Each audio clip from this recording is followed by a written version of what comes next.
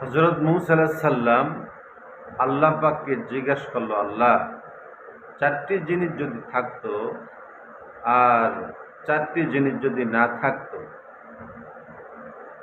চারটির মধ্যে একটি হলো হায়াত যদি থাকতো, মৌত যদি না থাকতো। কি? হায়াত যদি থাকতো, মৌত যদি না থাকতো। এটা এক নম্বর প্রশ্ন মূসা আলাইহিস সালাম আল্লাহ পাককে বলল। আল্লাহ পাক এর জবাব দিল, ও মূসা নবীজি, মৌত যদি না থাকতো তাহলে আমি আল্লাহ পাকের সঙ্গে বান্দা বান্দির দেখার কোনো অপশন থাকতো না, চিরতরে বন্ধ হয়ে যেত। আল্লাহর সঙ্গে দেখা করার একটাই মাধ্যম, একটাই পথ, সেটা হলো মৌত। মৌতের পরে জান্নাতের ময়দানে আল্লাহর সঙ্গে দেখা করার একটা সুবর্ণ আল্লাহ পাক সুযোগ করে দেবে। দ্বিতীয় প্রশ্ন, মূসা নবী আল্লাহ পাককে বলল, আল্লাহ, জান্নাত যদি থাকতো, জাহান্নাম যদি না থাকতো। আল্লাহ পাক এর জবাবে বললেন, ও মূসা নবী, জান্নাত থাকতো, জাহান্নাম যদি না থাকতো তাহলে আমার বান্দা বান্দিরা আমি আল্লাহকে ভয় করত না, অন্যায় কাজ করতে কোনো দ্বিধাবোধ করত না, অশ্লীল কাজ করতে কোনো দ্বিধাবোধ করত না, নামাজ পড়ত না, রোজা রাখত না, ধনী হইয়া হজ করত না, যাকাত দিত না। এক মানুষকে আর এক মানুষকে মেরে ফেলার জন্য প্রতিযোগিতা করত, মানুষকে মেরে ফেলার জন্য তারা ব্যতিব্যস্ত থাকত, অন্যায় কাজ করত, অশ্লীল কাজ করত, এগুলো একটাও ভয় করত না।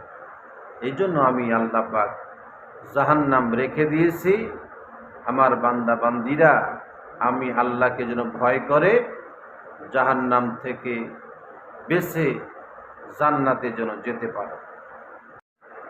3 নম্বর প্রশ্ন, হযরত মূসা আলাইহিস সালাম আল্লাহকে বলেন, আল্লাহ, সবাই যদি ধনী হতো, কেউ যদি গরিব না হতো, তো আল্লাহ পাক এর জবাব দিলেন, ও মূসা নবীজি, সবাই যদি ধনী হতো, গরিব যদি না হতো, তাহলে তারা অহংকারী করত, তাকাব্বুরি করত, মাতাব্বরি করত, গরিবই করত, কেউ কারো কথা মানত না, আমি আল্লাহ পাকের শুকরিয়া আদায় করত না। এই জন্য আমি আল্লাহ পাক কাউকে ধনী করেছি, কাউকে গরিব করেছি, আমি আল্লাহ পাকের নিয়ামত পাইয়া তারা যেন শুকরিয়া আদায় করে।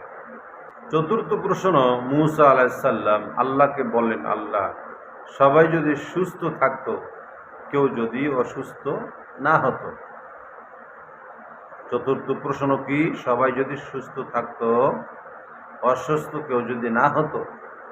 আল্লাহ পাক এর জবাবে বললেন, ও মূসা নবীজি, সবাই যদি সুস্থ থাকতো, কেউ যদি অসুস্থ না হতো, তাহলে আমি আল্লাহ পাকের শুকরিয়া তারা আদায় করত না। তার কারণ সবাই তো সুস্থ, সবাই তো স্বাধীন, অসুস্থ কেউ হবে না। আমি আল্লাহ পাকের শুকরিয়া তারা আদায় করত না। আমি এই জন্য অসুস্থতা এই জন্য সৃষ্টি করেছি, অসুস্থ হবে বান্দা বান্দি, ধৈর্য ধারণ করবে, সুস্থ হওয়ার পরে আমার শুকরিয়া আদায় করবে। এই জন্য আমি আল্লাহ পাক অসুস্থতা রেখে দিয়েছি।